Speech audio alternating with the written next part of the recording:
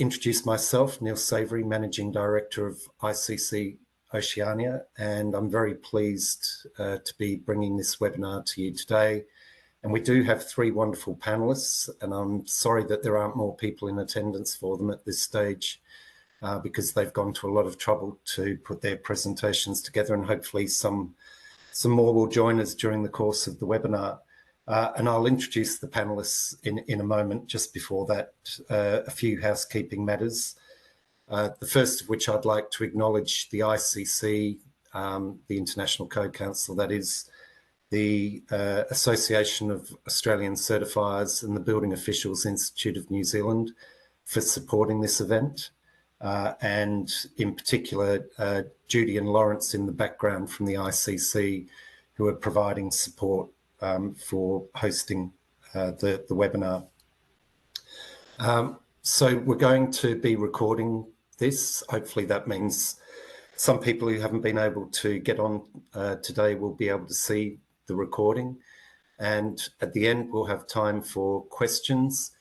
In asking questions, I'd ask any of those in the audience who would like to ask a question of our panelists to use the Q&A function, which is in the bottom right-hand corner where you see the three dots in the bottom right-hand corner of the screen. If you go on to that, it should come up as Q&A, and you can enter your question there. And then we'll curate the questions at the end, which hopefully will give the panelists an opportunity to respond to some of your interests. We're also...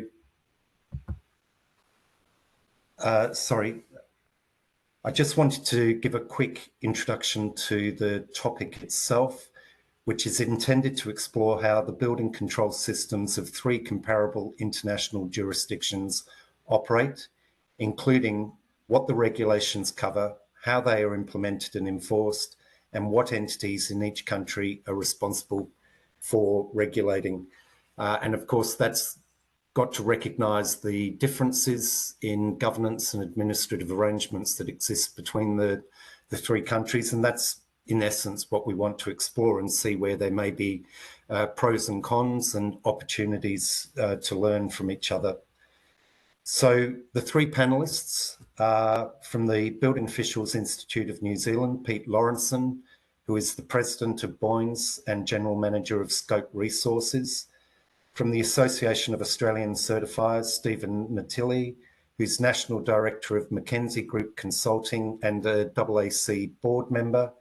And from the International Code Council, Beth Tubbs, who's the Chief Fire Protection Engineer, Codes and Standards. And also, if following the webinar, there are questions outstanding or there's feedback that you would like to give, we're more than happy to follow up with you individually following the event. So on that basis, I'd like to proceed to our first speaker, which is Pete Laurenson from BOINZ. Thanks, Pete.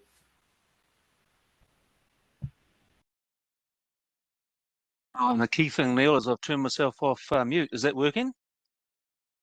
Brilliant. Okay. Thank you very much for the introduction and the opportunity. And I guess Neil might have said it already, but good morning, good afternoon, and good evening, because across the world, that is the situation with a joined up world. So I've this session, the three of us next are going to do about 15 minutes each. I've just got 14 slides, which should be the good rule. I should be able to flick through them, and a couple of them are pictures. Judy, I think you are doing the pushing the button. So if you could try that out and push the thank you, that's working. So here's you'll see in the briefing. This is the sort of things I'm going to talk to you about, and it is pretty brief in terms of about the regulatory system, explaining that in New Zealand we have one regulatory system, or one jurisdiction, I suppose. We'll talk about who has the roles in there, a little bit about our Building Act and our Building Code and how they hang together.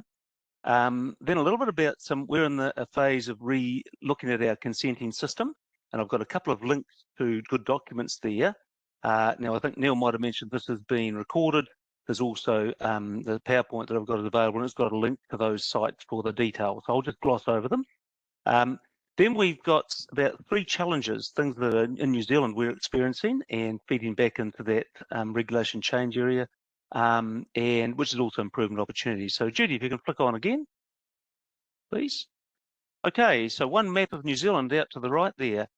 We think it's a big country, but it's way smaller than everyone else's. But we do have that broken up into about 69 local authorities or territorial authorities. So that's the colours on the right-hand side. But I guess the key thing you're going to hear from Stephen next about the Australian regulatory system.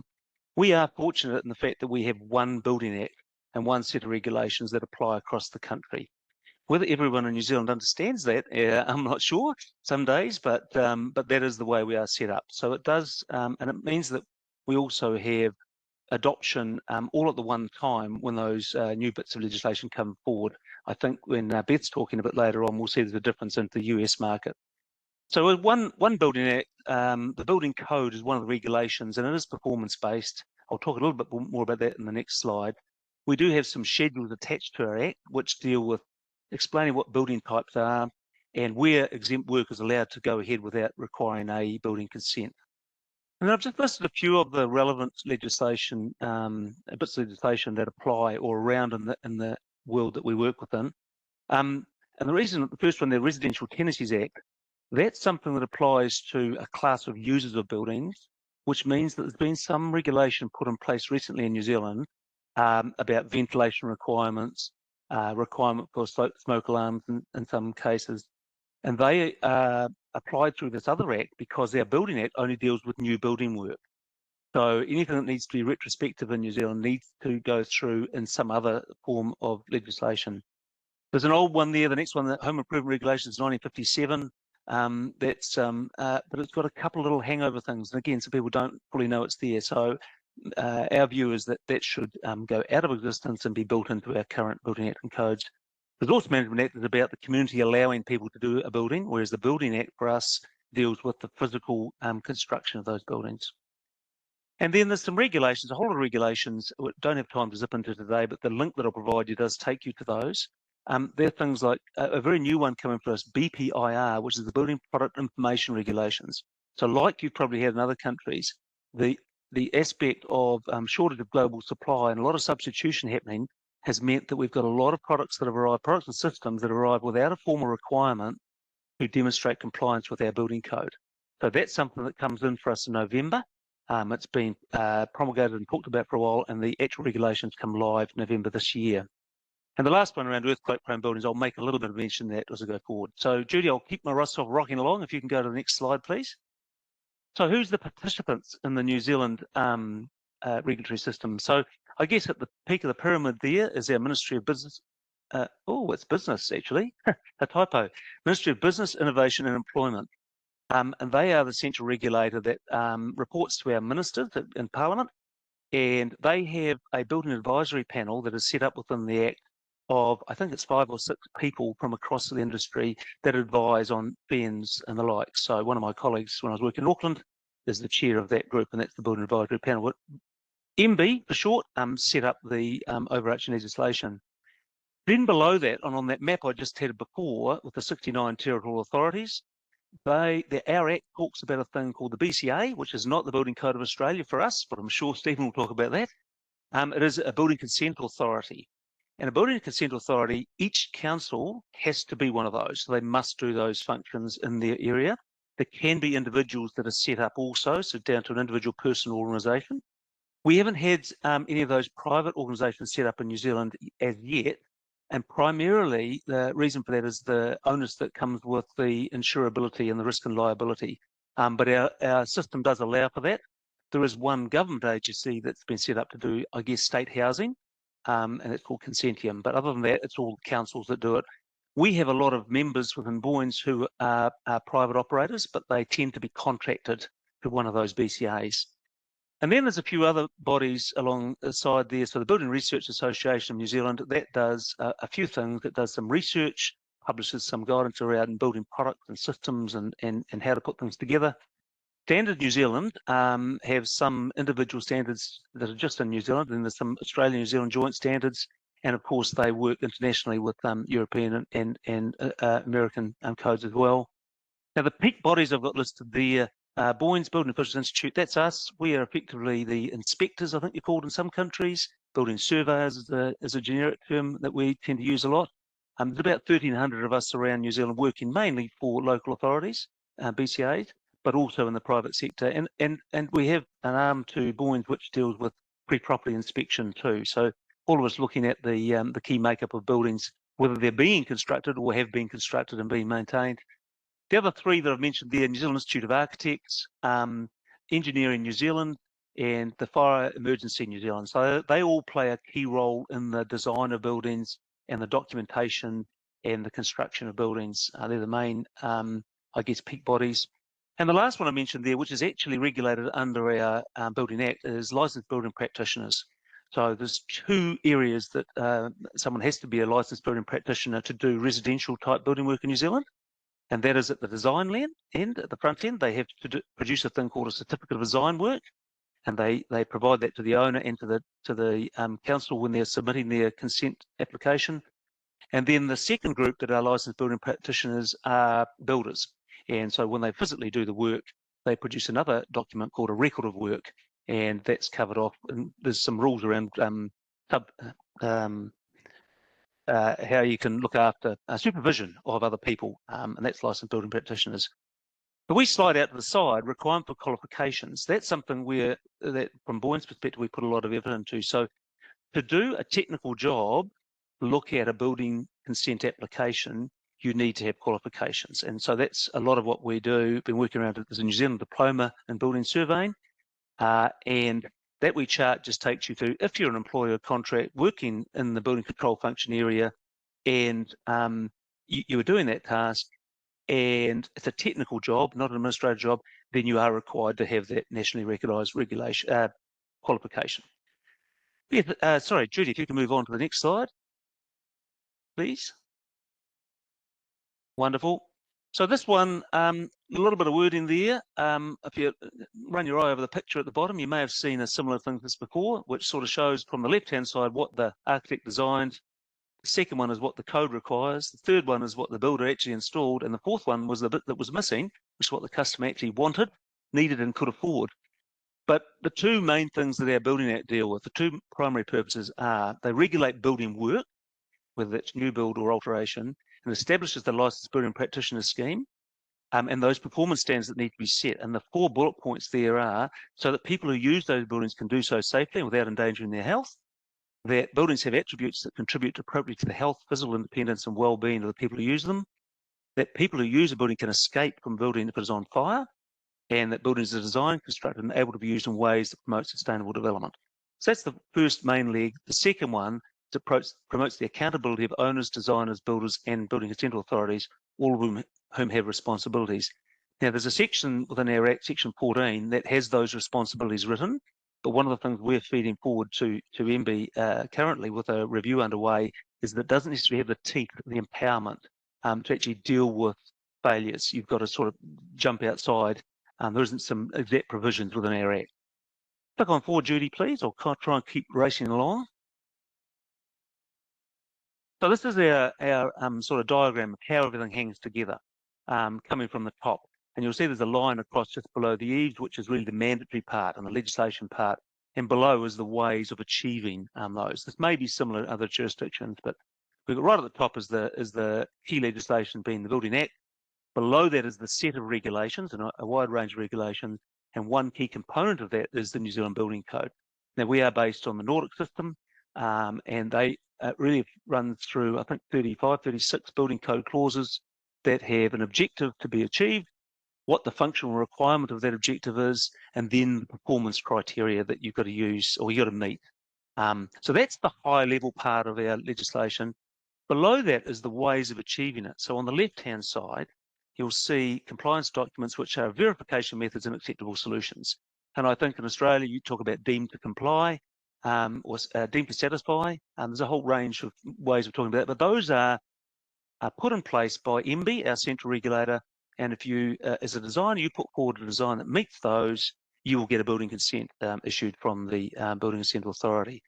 The verification method is just a calculation method, if you like, of achieving the same way. So the central regulator sets that up, and if that comes in a design, it will get a consent. Then in the middle, the yellow, the purple, the red, and the pink colours, those are also documents that have status. So we've only got one standard that's actually a compliance method. That NZS 4121 is about accessibility. And so you can meet that standard, and you are guaranteed that you'll meet the code clause that also relates to it.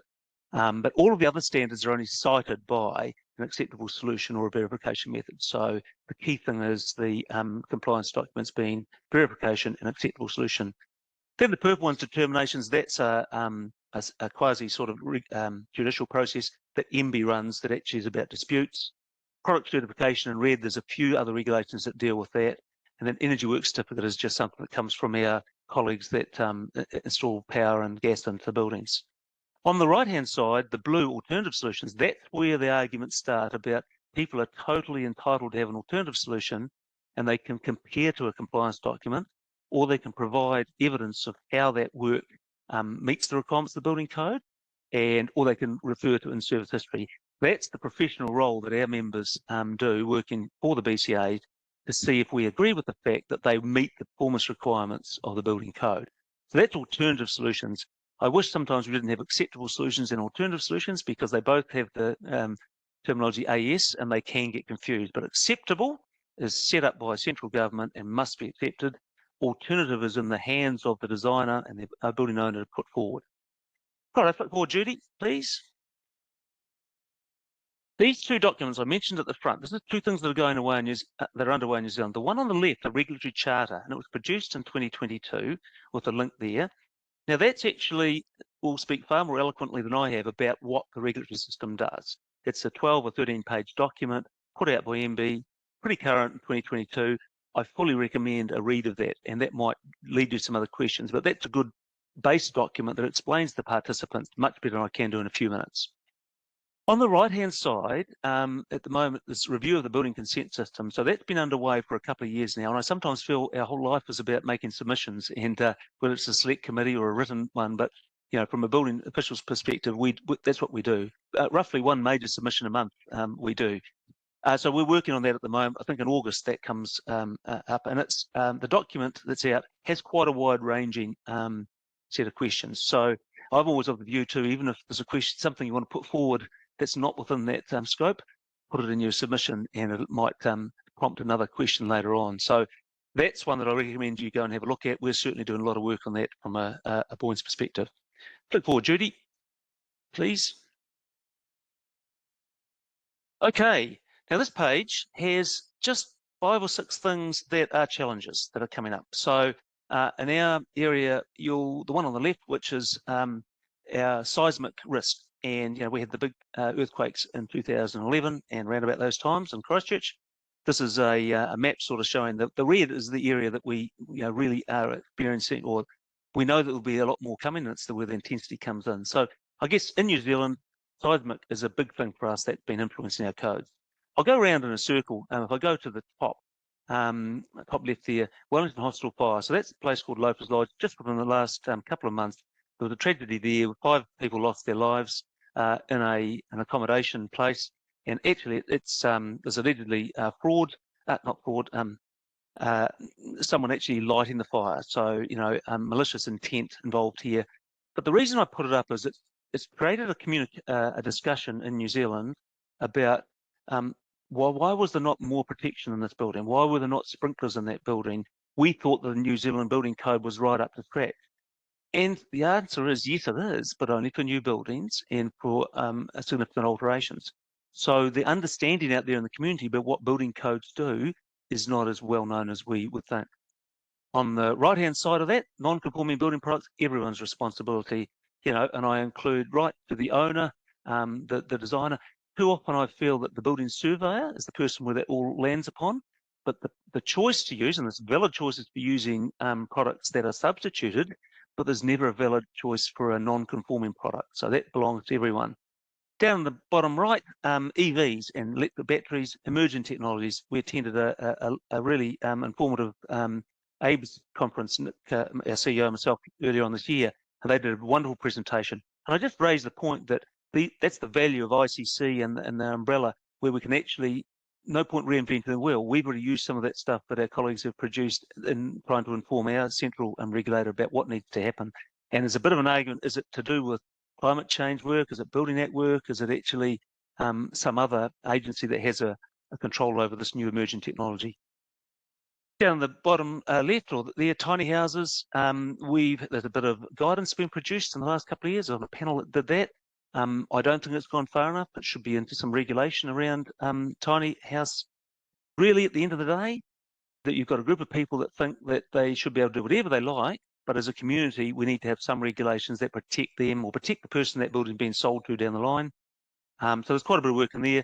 And the middle one is around natural disasters, events. And we've had a lot of rain and a lot of slips in New Zealand this year, and a lot of support from our colleagues around the world too. So we wish to acknowledge that. If you click onto the next slide, Judy, please. And I'm going to, how am I going for time, Neil? I've got about 5 to go. Is that about it? Can't hear you. Can't hear you. I'll keep rocking on. Yeah, we're going to need to wrap up soon, Pete. Right, righto. I'll race through these. Righto. I'm not even going to talk to the slide. That is just a bunch of work that's happening around climate control. The challenge for us is being able to, have that conversation and figure out, does it apply to new building work? Does it apply to existing ones? What is the impact? And where is the learning going to come from about putting together a set of plans that covers performance criteria for climate change? So that's a tricky one. On again, Judy, please. Only about 3 to go, I think. All right, so these are the improvement opportunities, could be for discussion as we get to the end of the presentation. And it's around, in a performance-based system, where should the quantification be? And we've got one of our most recent building code clauses that was added around our swimming pools. We've got a bit of a hodgepodge there because there's some metrics in the Act, there's some within our acceptable solutions, there's some within a standard out to the side, and there's other guidance material around. So we've got a job to do. What is the role of each of those documents, and how does someone know what they must achieve? So that's a big one for us. Clarity around new building work versus existing buildings. I've mentioned that a little bit. And the third one I've put there is education. And I've said dealing with the lowest level of understanding. 80% of our problems come from 20% of the industry. And my wee quote out to the side there, everyone likes to be an expert in a subject. Or they might not be an expert, but they want to give an expert opinion. So click to the next one, Judy. The performance-based system is one area of opportunity. The second one is around responsibility and liability. Our system works on joint and several liability, so it's the last person standing. And within that, the role of verified documentation is really important. Now, part of our review, there's a thing called producer statements, which was written out of our Act in 2004. It looks as though it's going to come back, which recognises the role of a professional given us a document, what we can rely upon. There's other things that are the same. They've written down product conformity. The letters of assurance that happens in British Columbia, I think, is a wonderful system. So really, this one is around clarifying roles, making sure that it's clear who is responsible for what. Last one coming, Judy, I think. Yep, this one is around recognising construction needs. In New Zealand, in our last Act, which is 2004, went from 1991 to 2004, there's quite a lot more detail required with plans and specifications. I think we lost our way a bit in having really clear buildable designs. So we're looking into that at the moment. There's a role for showing the buildability of a building versus, and importantly, the compliance of those products and systems and how it's going to hand together. The last one there is around maintenance. We don't currently have a requirement for people to maintain their buildings. Our durability code says it'll perform with regular maintenance, but we don't put metrics around that. And I think people don't understand their buildings as well as they used to. So some help to the community about how you should maintain is important. The last one over on the side, I'm just showing a caution there that came up in our paper not so long ago, that what do we want? The community wants faster building consents. Well, we want it to be fast, we want it to be economical, but my last bullet point, we want to protect quality, and fast doesn't mean good as such. Okay, now this very next slide is really the last one, and it's just a bit of a reminder how good we are at sport around the place, and we should compare ourselves and have a toast to the fact that ICC, you see, ICC up there, Neil, you might notice is not the Code Council, it's actually cricket, but I thought it was relevant to put it in there. So there we are, that's me over and done with for now until there's some questions, and I'll hand you back. Thank you very much, Pete, for that presentation, and we'll leave the sporting memes to another time, unless Stephen wants to reply in his presentation. So with that, I'll hand over to Stephen. Thank you, Neil. And yeah, Pete, there's a rugby game coming up in Melbourne soon with the Wallabies versus the All Blacks. So I'm extremely nervous. That's all I'll say on sport at the moment. Thank you for having me today. I have the pleasure of discussing the Australian building regulation landscape. And as Pete alluded to in his presentation, I wish it was that simple as it is in New Zealand. We have states and territories that do like to operate as individual countries to a large degree. So if we can jump on to the next slide, please. Topics I'll be discussing is an overview of our technical code known as the National Construction Code. Used to be called the Building Code of Australia, as Pete alluded to, but I've now been trained to call it the NCC. The document contains technical information and links to relevant standards and guidelines for the majority of the built form construction in Australia. We'll also have a look at a few jurisdictions within Australia. As I said, there's several. We're going to have a look at ACT, New South Wales, Victoria and Queensland, not necessarily in that order, just to give an overview and a flavour of how those regulations are applied within Australia. We'll also look at the approval processes in those regions and how they sit together. If we can go to the next slide, please. I will try and move fairly quickly because there's a bit to get through. As we can see, the National Construction Code has 2 volumes. Volume 1 relates largely to everything in the built environment except residential buildings. So that includes commercial, offices, retail, entertainment, assembly, healthcare, aged care, and many other types of buildings. So it's a broad coverage. From the diagram in the slide, you can see it's a performance-based document. Therefore, as we all know, the ultimate method of compliance for building projects is to meet the performance provisions of that code. Now, this can be done in a few ways. Excuse me. That includes the use of prescriptive or deemed to satisfy methodologies, which is the old defined and quantified amounts, such as 20 metres to a point of choice or 20 metres travel distance, as opposed to the performance clauses. There's also testing methods undertaken by a registered testing authority and performance-based assessments and reports prepared by suitably qualified and or registered practitioners. The most common we see are fire safety engineering and energy efficiency would be the other one that comes up a lot these days. I'd like to mention a key point for the Australian market is that many of the professional designers and building practitioners in all states and territories have the misconception still to this day that a performance-based solution is managing a non-compliance. And that has come from traditional method of prescriptive designs being easier to manage and understand. And this brings to the forefront one of the key improvements that can be made on the regulation settings, and that would be a coordinated by all the states and territories education around the NCC to the broader building and construction and property sector. It's worth noting that performance-based building code was adopted in most states on the 1st of July 1997, with the remaining states and territories adopting it by 1998. Hence, we've had this document for a long time.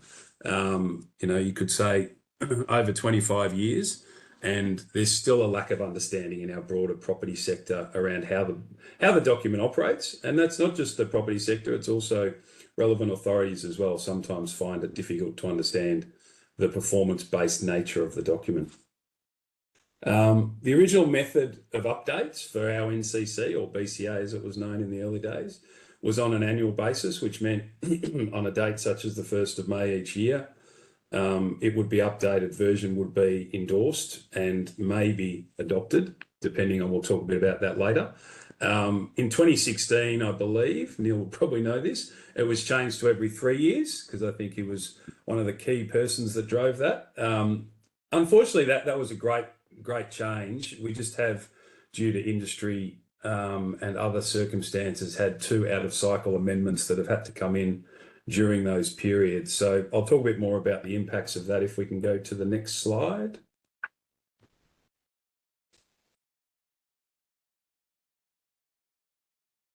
Yep. One of the key reminders that Australia is a state-based system is the existence of state and territory variations within the document. The additional matter that state and territories can choose whether or not to adopt the legislation or elements of it. Generally, most adopt the majority of the document, and clearly forms and underpins the regulatory framework with regard to technical elements of building control. So it's fairly important. As you can see from the slide on display, states and territories all have their own departments that administer the building regulatory framework. And one of these elements to note is that they have a major variance in key aspects that are under these departments, which include substantially different competency requirements within practitioners for similar functions, disparate registration for practitioners, meaning both requirements and the type of practitioners who need to be registered to operate in building and construction sector, and very different funding models, which have a variety of levies and registration costs, which all lead to implementation functions and how they manage the particular jurisdiction. So we can see already that there's a large number of variations that flow down from the consistent NCC document that we have. If we can go to the next slide, please.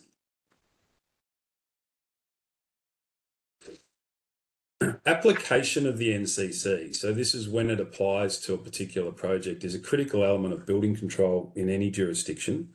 The key point for Australia is that you have different requirements, once again, in every jurisdiction. A good example would be in New South Wales, it's the date of the application for construction approval. Whereas in Victoria, it's decided based on when you've reached substantial design, and there's a little bit of a subjective element to it. So the New South Wales one has some complications around that, especially when there's multiple stages and a long period, which I'll talk about in a sec. The New South Wales area even has different requirements for government projects, as it's applied at the time of tender for the project. So this requirement has been in place for a long time, and perhaps has not taken into consideration that the tenders have become a lot earlier in the process, and substantial amounts of design are completed once the contractor comes in onto the project. So in New South Wales, you can have different versions of the NCC apply to a hospital on one side of the road as to a hospital on the other side of the road, depending on whether it's Crown or a private development, which is not an ideal scenario. And we hope that we can get a bit of clarity around that one in the next year or two.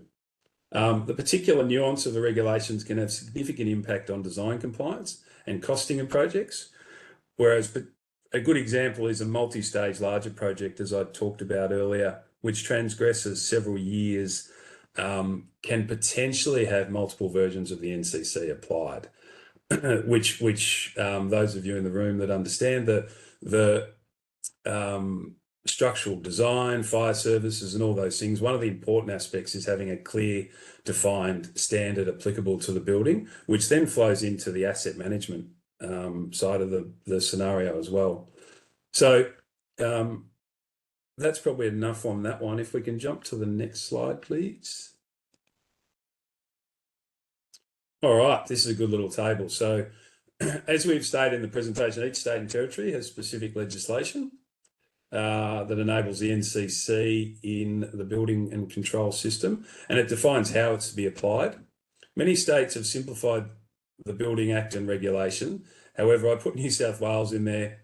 It's another good case study, which is the largest economy and contains the majority of building work, like the largest amount of building work per state. And it has over recent years developed a very complex web of legislation provisions that apply to many aspects of the building regulation.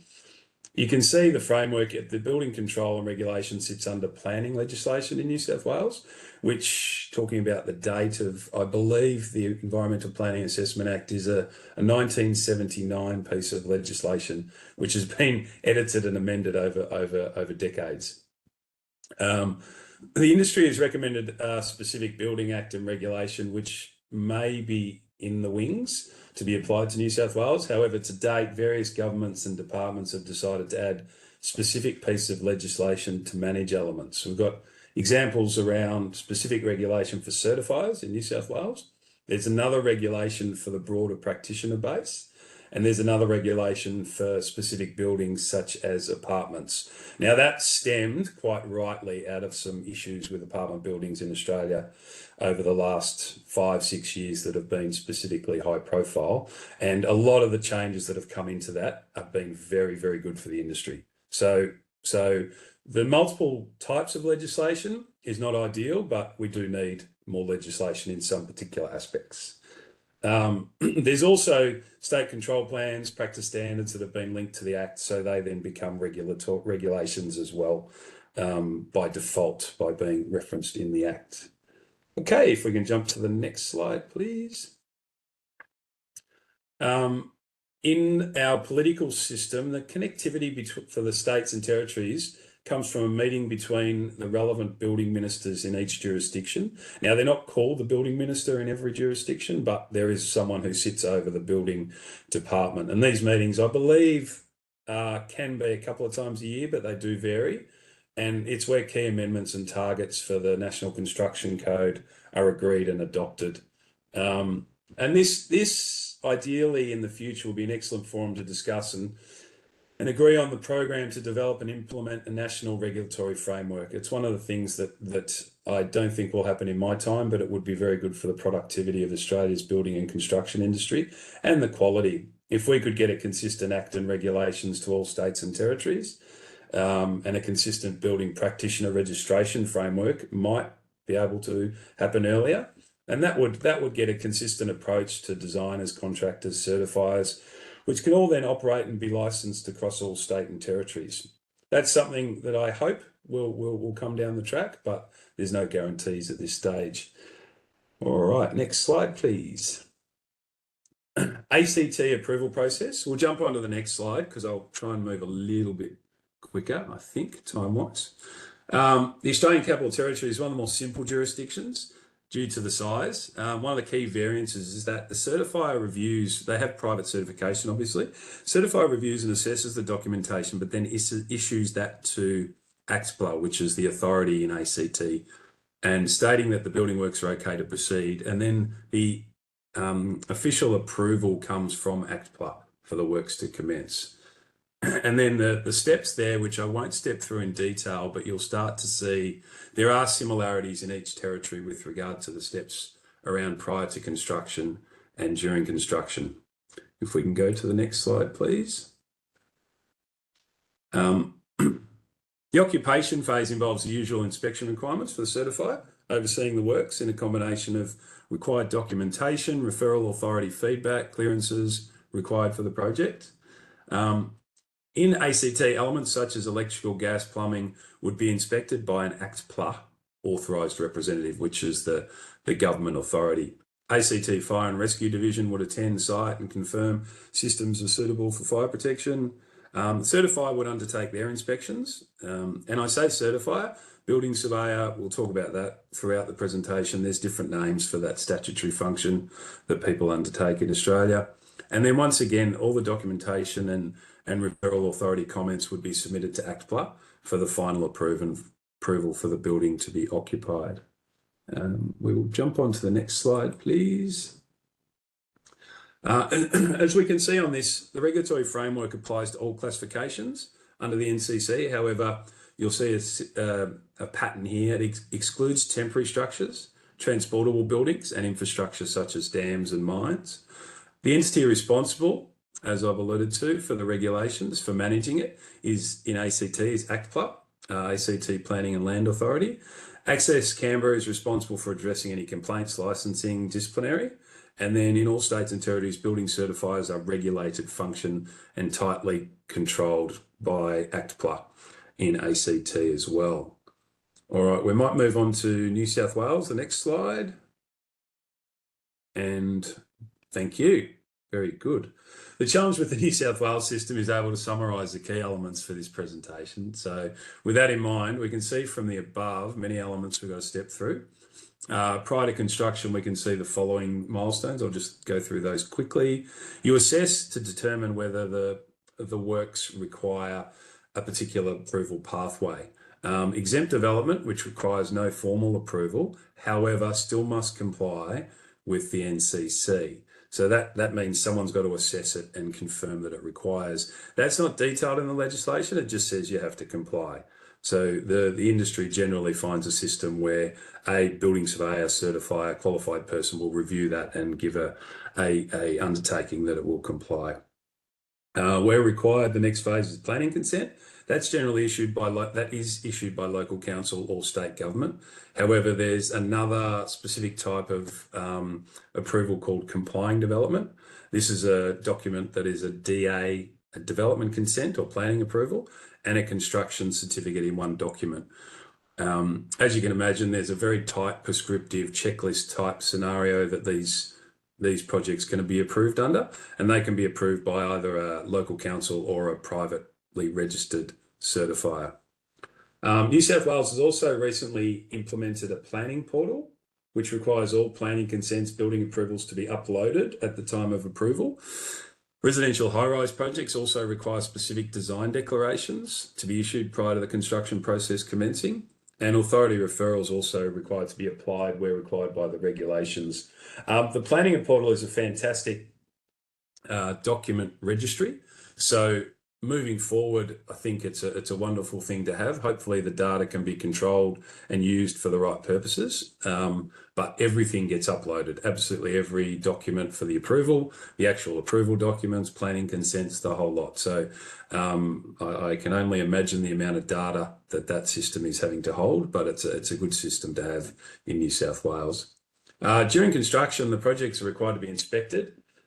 There's not a huge amount of regulated inspections in the New South Wales system, but they are defined for the accredited certifier. There's numerous non-regulated inspections by engineers and contractors and various people that are required to get the confidence that the elements have met the requirements of the design.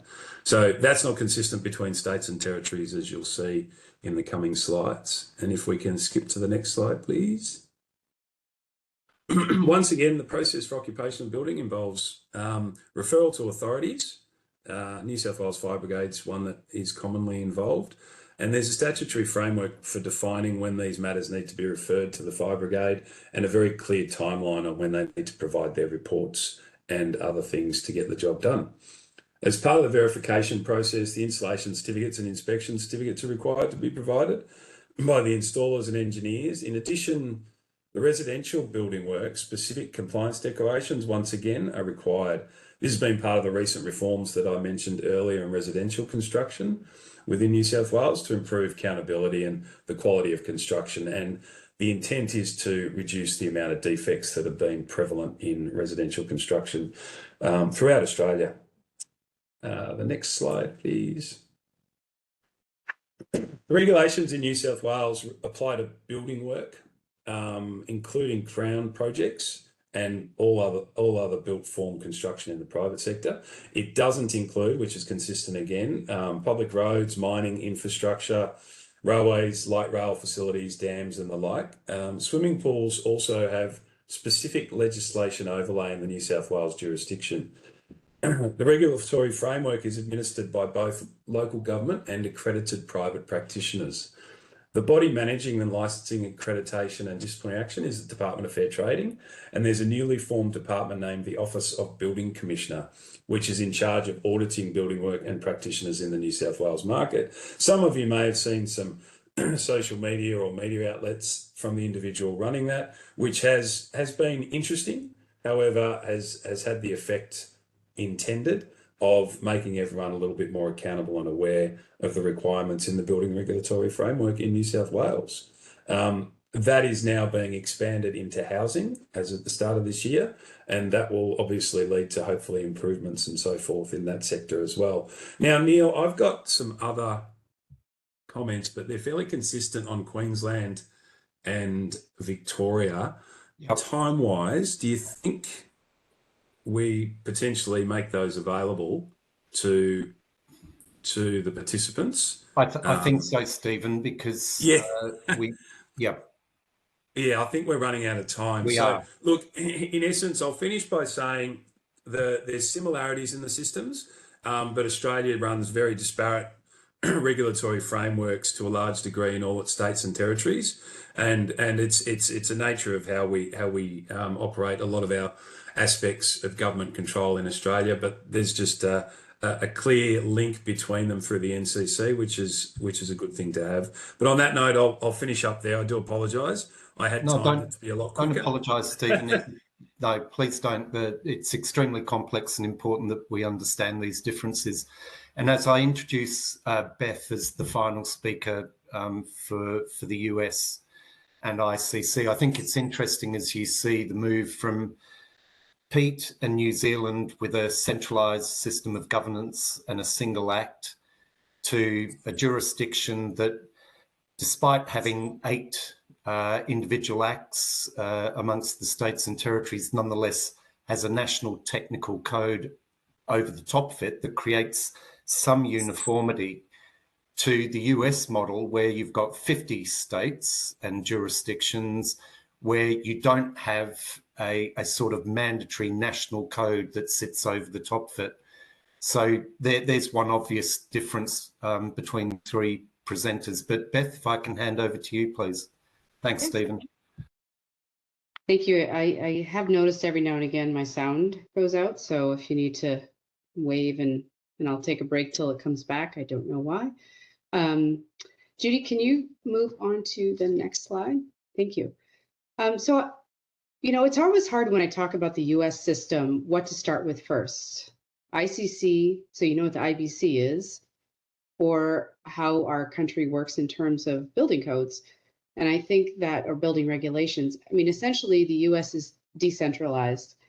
There's no national building code coming from a ministry level or a federal or national government entity. We have always developed our documents. It sort of started with big losses in the 1800s and the insurance industry kind of started putting things in place, and then local authorities trying to figure out how to deal with losses they were seeing. And it became this sort of public-private partnership outside the federal government. So in the US, all the codes are adopted at the state, county, or local level. It depends. In some ways, talking about the US is so complicated, it's easier to talk about because I can't really dive into the details of how each state really works. I can have some examples here and there. But essentially, enforcement's happening at the local level, local starting at least at the state level with codes. So we'll go on to the next slide. This map is a little bit light in color, but basically, I mean, the way the US was formed, it's a republic, so the states have police powers, whether it's, you know, like the actual law enforcement or building codes, they have the ability and the power to protect themselves. There is obviously federal requirements that we have for worker safety or environmental protection, things like that. But when it comes to building and fire regulations, energy codes, for the most part, that is something that happens at the state level. Every state does adopt, and again, this is, we're going to start talking about ICC in a minute, does adopt the International Building Code, the IBC, at some level, but whether or not they have the same edition of that code and how they enforce it. For instance, you know, in Massachusetts where I live, they have a state level code. If you do something, we also have a very prescriptive system still. And we'll talk about the different codes that we have, and we'll talk about the performance code a little bit, but prescriptive system. And in that state, if you do an alternative, you have to go to the state board. Whereas Texas, which obviously is a much larger state, everything is adopted at a local level, depending on how large the city is. The state has less control. And that's another thing, like New York City or Los Angeles have home rule. So even if they have a state code, they can have their own city code on top of that. So it's as if we have 50 countries, and then we have 5 US territories. So that's, again, they all use the IBC as well. So it's 5 US territories that operate like their own country when it comes to building regulations. So there is some continuity to this whole plan here, but it is a much more complex situation than one might expect. Next slide, please. So the ICC, you know, kind of going back to the history of codes a little bit. I mean, when the first sort of in our world of things, in the ICC world, was the 1927 Uniform Building Code, which started as a regional city, a regional area in the West. And we ended up with several, prior to ICC, there was 3 organizations like ICC that had portions of the US that essentially were people using. What we generate and facilitate is our main thing, but there's many other things we do now. is the development of what we call model codes, and they are a book.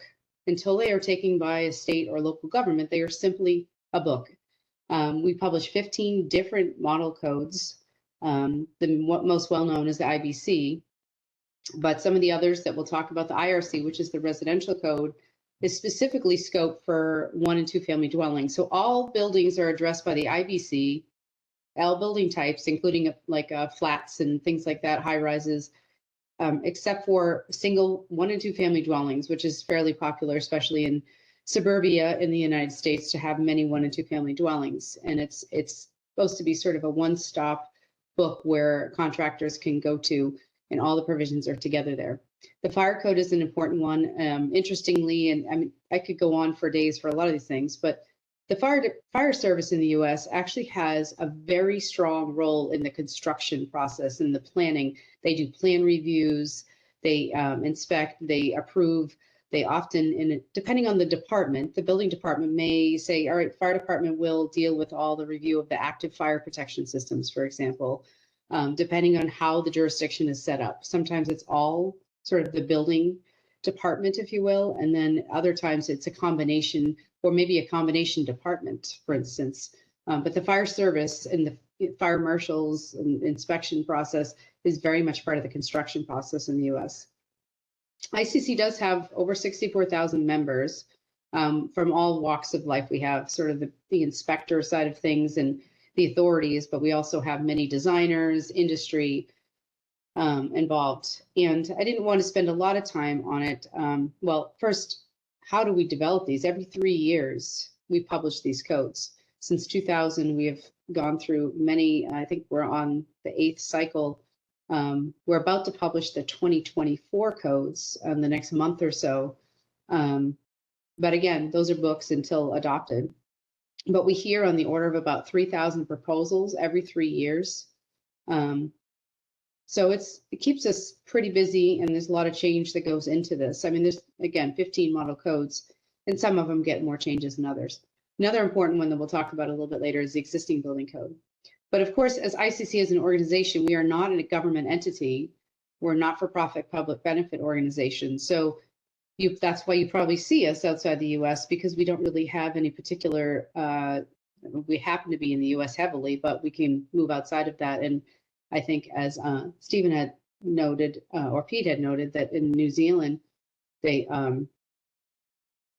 had, you know, there's certain products that are evaluated through our evaluation service, things like that. So we do a variety of things: product testing, evaluation, certification, accreditation, training and education, content management, and, you know, our codes online. And so there's a lot of different things that we do. Next slide. So we know how the US is, each state works on its own.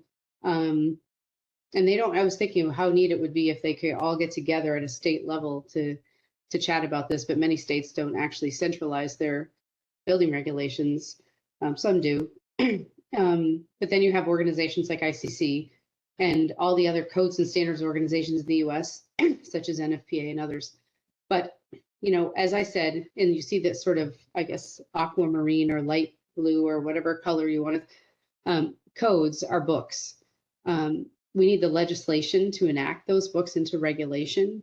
And those codes are also supported by many, many standards, but we also need the enforcement aspect of that. And, you know, all these things come about to make it all work together.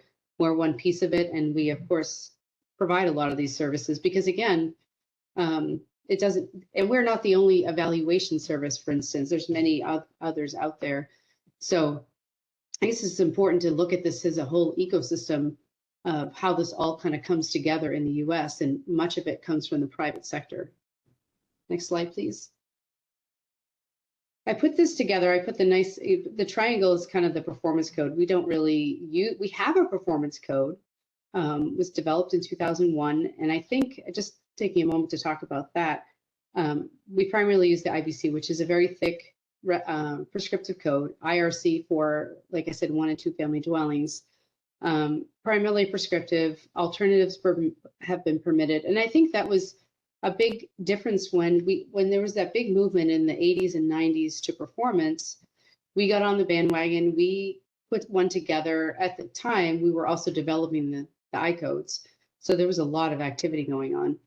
But we had always had an ability to do alternative or equivalencies to the code. And because our system is so decentralized, there wasn't a real big push to say, hey, let's flip our whole system and start with performance and use that as an acceptable solution. That was our intention, how it would work, but it hadn't quite been picked up that way.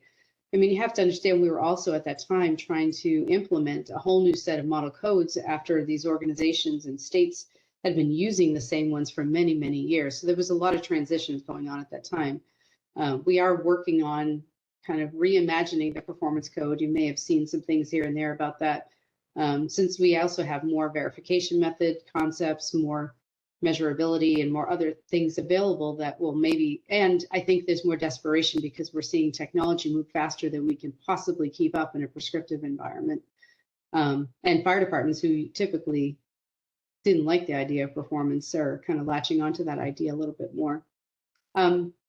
So yeah, I mean, we have the building code references many standards. The implementation regulation is what makes it actually happen from state to state.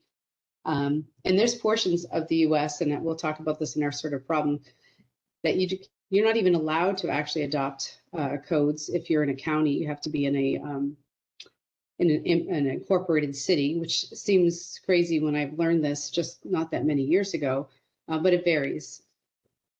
And then the enforcement compliance, and we depend a lot on the evaluation service, accreditation services, testing, and sort of private plan review and things like that are also a big tool being used, especially since building departments have not really seen the increase in staffing, if not a decrease after 2008 in staffing. Next slide, please.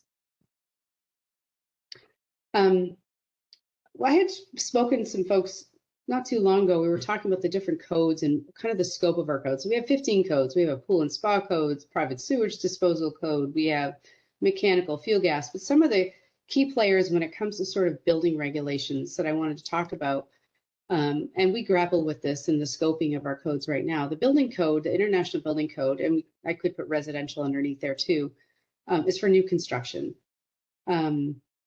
With time, and when you come into an existing building and you want to make changes, we have the existing building code. And sometimes people are like, well, can we put that maintenance feature in that code? I'm like, no, that code is sort of a building code for existing. So if you want to do some construction, I call it a sort of a point in time. You go to that code, it tells you what you need to do to finish that project, even repairs, how to do it, and then you move on. You're not enforcing that on a regular basis. We have some retroactive requirements, which are found in our fire code as a chapter that's construction-related retroactive requirements, mostly for things like smoke alarms or CO detection. And some sprinkler requirements actually are in there.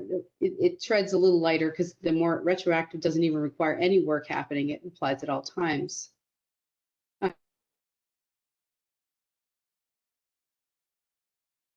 My sound dropped off there for a moment.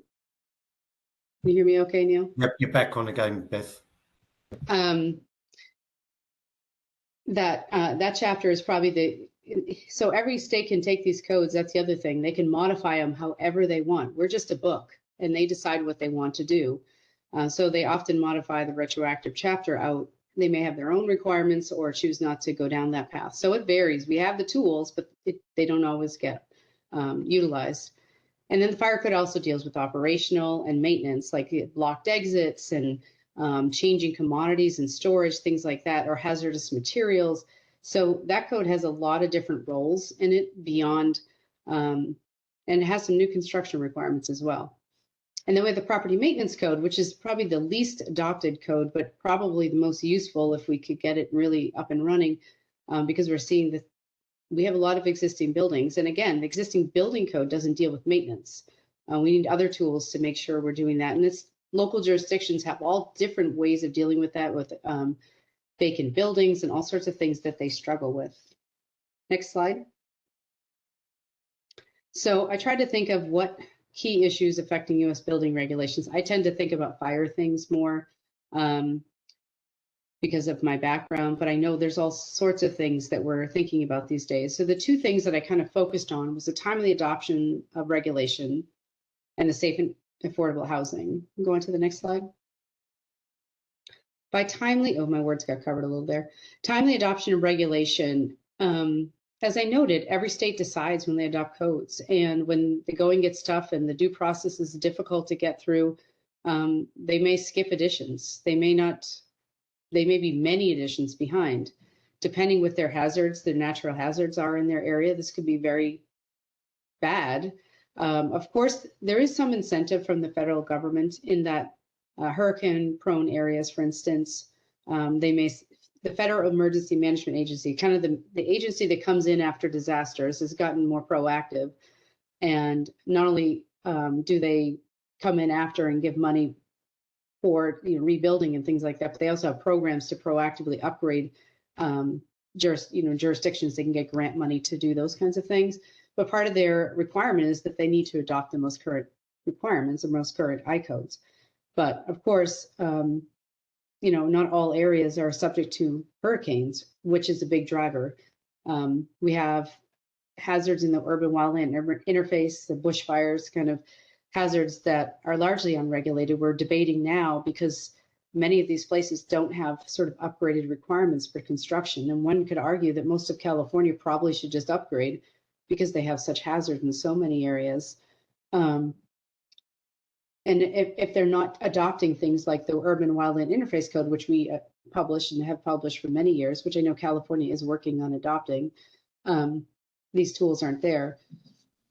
Also, the Energy Code. I mean, there's some controversy.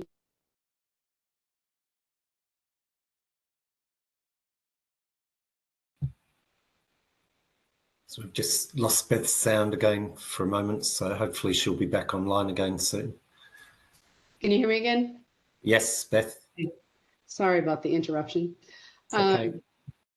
But anyway, all of this, whether it's natural disaster or energy, it undermines our goals, our energy resilience and sustainability goals. And again, it's inconsistent from one jurisdiction to another. And we're seeing all these new technologies that are coming at us quickly. And we could, even when we can update the codes, which that's a struggle, if folks aren't adopting it quickly, it's not going to help. Next slide. This one I've kind of, I've gained a lot of interest in this, the safe and affordable housing. I suspect this is a problem throughout the world. I know it's in the US, it's a big problem. It's getting so expensive, and some of the conditions I've heard of in like Philadelphia, the picture there is after the fire. The fire department, I think, responded to that fire within 2 minutes. 12 people died. It's it's a complexity of existing building enforcement, lower income areas, people desperate for housing. How do you get to those folks? Those are the people most at risk. And I was also reading about wildland urban interface areas. Those most at risk are those who, the English is not their first language for evacuation. If they have disabilities, it's hard for them to evacuate. They can't afford to do upgrades to there. So that we're unevenly distributing the risks to some folks more than others. And so we're grappling with that. There's the movement, like everywhere else, for tiny houses. Some folks just want to be off the grid, don't tell me what to do, but others are just desperate for housing they can afford. But are they getting the same level of safety they would if they built a single family home? And accessory dwelling units is a big one. We have been debating that heavily. Basically, we have all these codes set out to have 1 or 2 family dwelling, and they're taking that 1 family dwelling and chopping it into several dwellings, and everything's connected and there's no separation. And so cities and states are trying to come up with some kind of way to regulate it, which often you don't even know it's happening. We've put some provisions in an appendix trying to deal with that, so jurisdictions can enforce that as need be, and some form of coordination, being realistic as to what's going on out there. And I know people are basically running boarding houses essentially in single family homes, and that's not how our occupancy classifications are worked, and different risk levels that come along with that. And then of course the things that are, especially these technologies, are neat and wonderful, but they're threatening, those that tend to be at higher risk are the ones that are already living in places that have enough other hazards going on. The UL Fire Research Institute, which is pictures from, has been doing kinds of research. And New York City has been grappling with this. They've lost a lot of people. They're using incorrect cords and plugs and unlisted batteries and unlisted appliances and things like that. So getting at the enforcement at these types of issues is tricky. And I think it's important for us to be thinking about who is that really affecting. So just some food for thought. And next slide. Thank you. And I guess we're on to the next phase. Yeah, thank you very much, Beth, and thank you to each of the presenters for your insightful presentations and giving us a very useful overview, which allows us to think about the differences and similarities. And there are some striking differences, obviously, particularly between the US and then Australia and New Zealand. I'm going to facilitate some Q&A with the panel that I hope will be useful for the audience. But in doing so, I do want to pass on an apology to our audience or our intended audience for those who have been unable to join us and who are going to watch this as a recording. There obviously has been some technical difficulty in enabling people to join the live event. So on the basis that you are watching the recording, if there are any questions that you would like to have answered, please send them through to my email address and I'll look to ensure that we can get answers for you. But for the remainder of the time that we have available, I'd like to ask some questions of our panelists using the information that each of you has given us. And I thought I'd actually just start with Beth's last point about safe and affordable housing. So having heard a little bit from Beth on that subject, I'm interested from Pete and Steve's point of view, how do you see the regulatory systems, the building control systems, the development of technical codes and standards in New Zealand and Australia respectively, having regard to those same issues of safe and affordable housing? If I could throw to you first, Pete. Sure, and thanks, Beth. That's really got me thinking. Coming through right again? You hear good? Yep, okay. I think for me the key is it's quite an emotive thing around people, and I put it up as tiny homes, but I mean there's a whole range of things related to that, and reasons why people are going to that size of building and type of building. And I think the thing is there's the question of safety from a building code and how the buildings are put together, and then there's the community part about, well, where is this activity able to happen? A term that we don't necessarily want in my backyard, in terms of, you hear the whole thing about gypsy communities and things being put in place. So that's one thing that gets the emotion going. But you pair that out, what I believe we need to do more at is around having some standardized, repeatable, buildable designs that cover, and I think it might be that cover at least the bare minimum. So some of the building code criteria around structure, safety from fire. Maybe there's some changes around things that, we go right into safety from falling internally. That could probably be amped down a bit because of the size of those type of dwellings. Requirement for natural light. Maybe it needs to be not as high as a 5-bedroom house located somewhere. I don't know. That's the debate that we should have. But I think for me, the key of what you're saying, Beth, is that there needs to be something that protects anyone that's the place of dwelling. And even if someone wants to be off grid, they should know here's the structural things that are required. Here's the safe water to drink, and sanitation. So I think we can have off grid. We can have people that are in different sizes and quality of dwellings, or when I say quality, maybe the durability of them. There's no problem with that as long as it's known. But the capture point is, if it's someone building it for other people to live in or going to be sold on, then I think there's an expectation that it meets some bare minimums. And we have some guidance in New Zealand, but we don't really have anything that deals with that item specifically. It still just comes under our whole building code. So that's just some observations from me that might be relevant to Beth's points. Thanks, Pete. And just before I throw to Steve, who can take this into consideration as well as Beth, modern methods of construction, do you think that they are potentially part of the equation? And if so, Yep.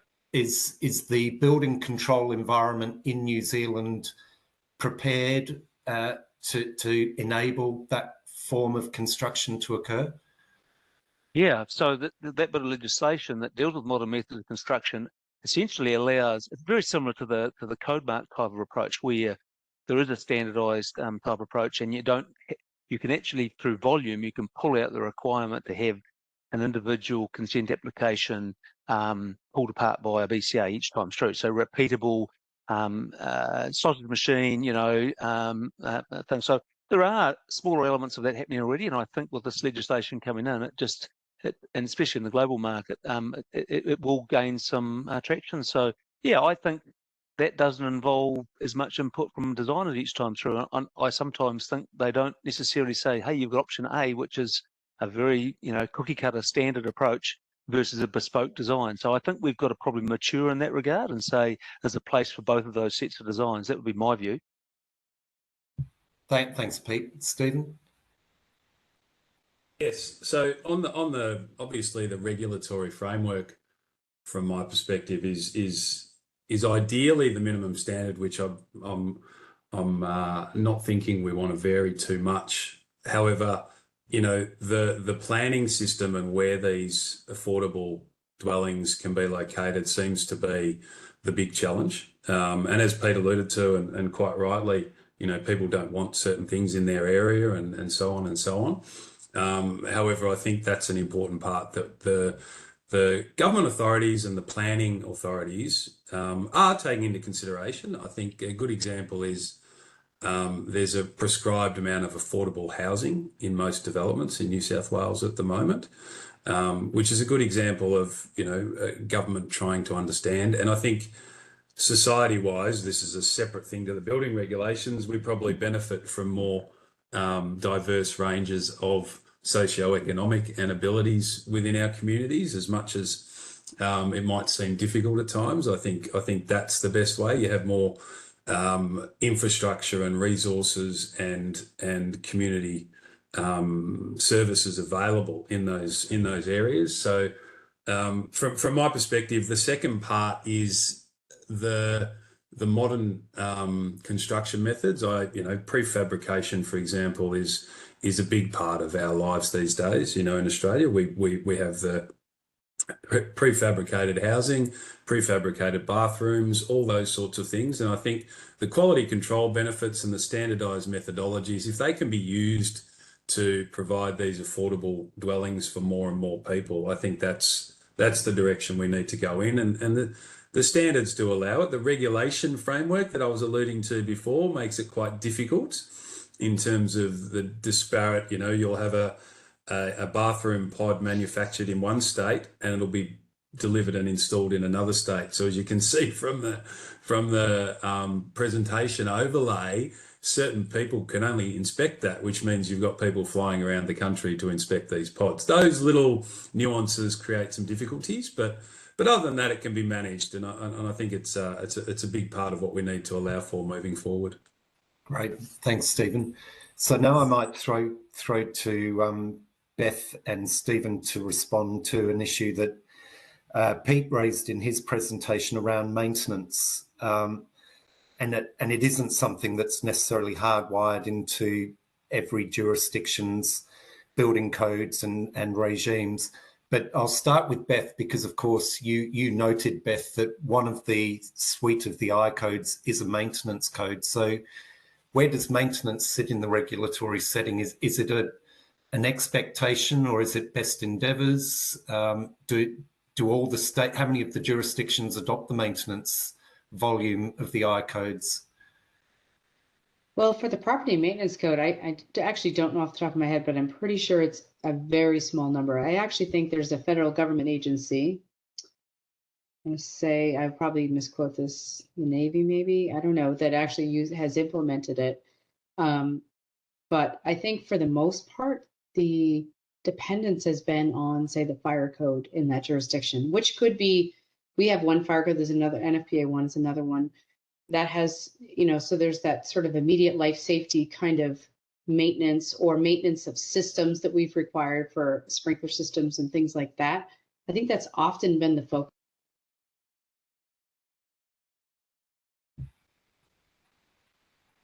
Okay, we've lost Beth again.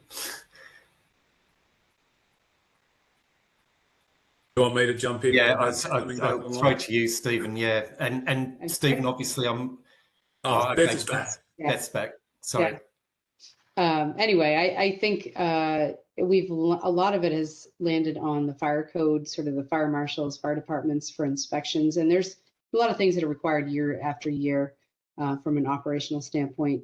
But I think we need more broader beyond fire. We've had this discussion. It's not just about fire safety. Yeah.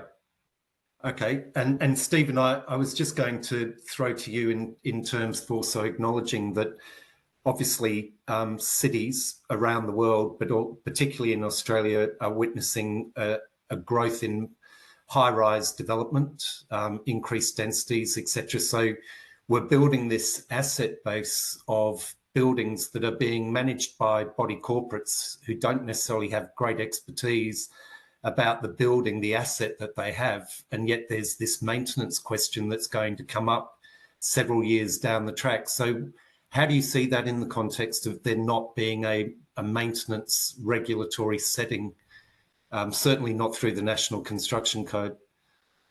That's a very good point, Neil. I think the recent body corporate overlay over maintenance and the awareness around it's an important one. But in Australia, the asset managers, in no doubt, in all classifications of buildings, have not been adequately educated. And because there's been some jurisdictions where it's on the owner, some jurisdictions where you have to maintain to a certain standard, other ones where you just have to do some checks and balances to make sure things still operate. So there's disparity, which causes confusion.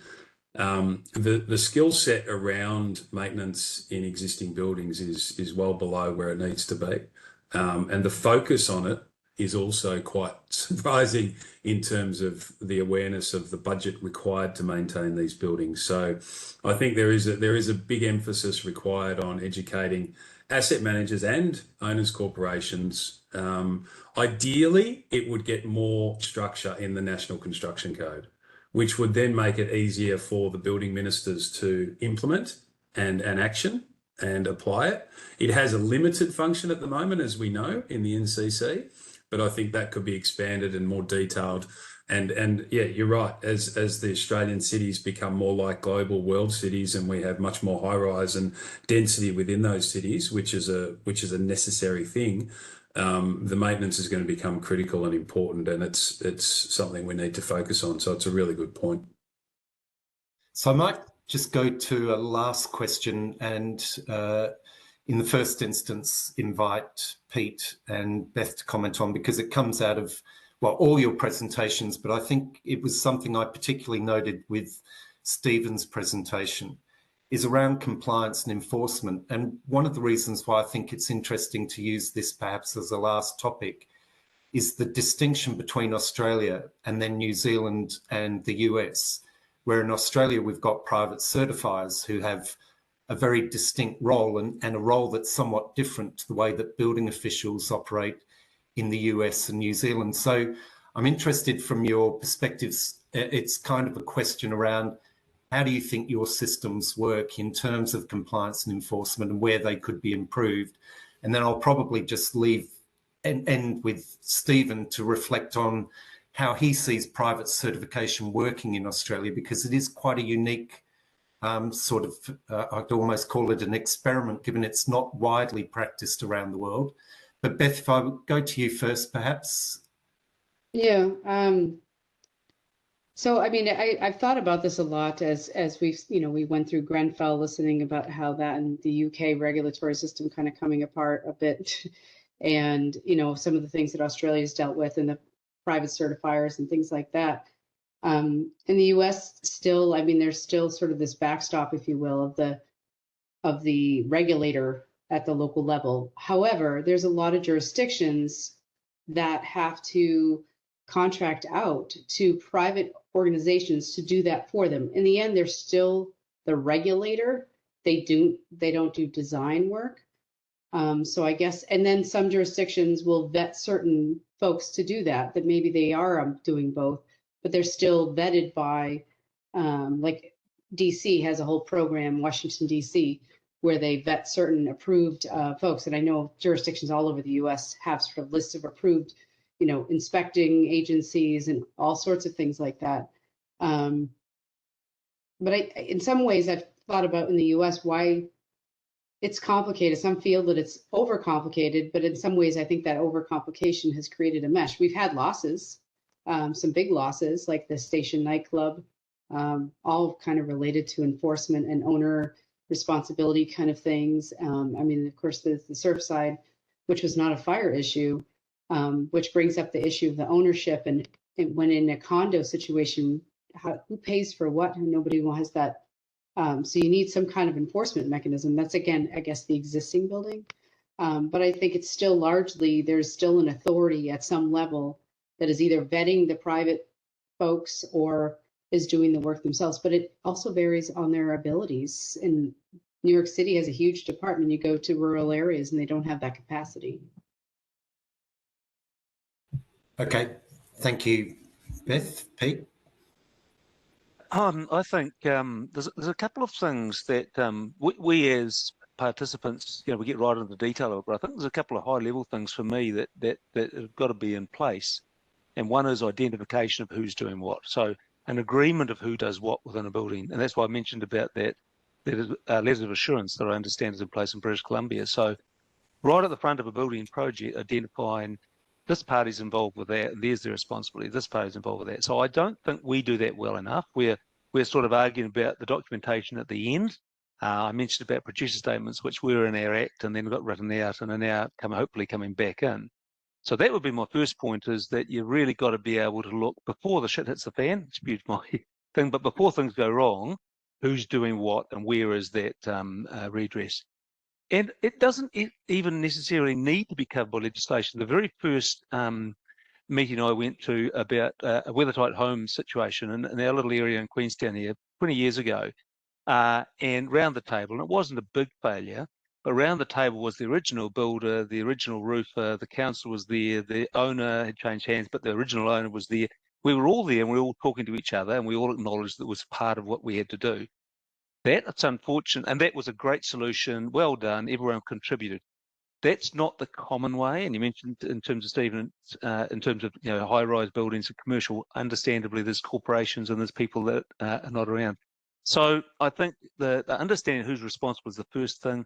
Having a legislation that then, and I mentioned that we only have joint and several liability, so it's the last person standing. So there's a whole lot of companies that get phoenixed out, and the people aren't there. I think you've got to identify the individual participants. If you're going to be professional work in whatever part of a trade, you put your name to your part of things that you do. You shouldn't be held responsible for someone else, which is what our system does in joint and several.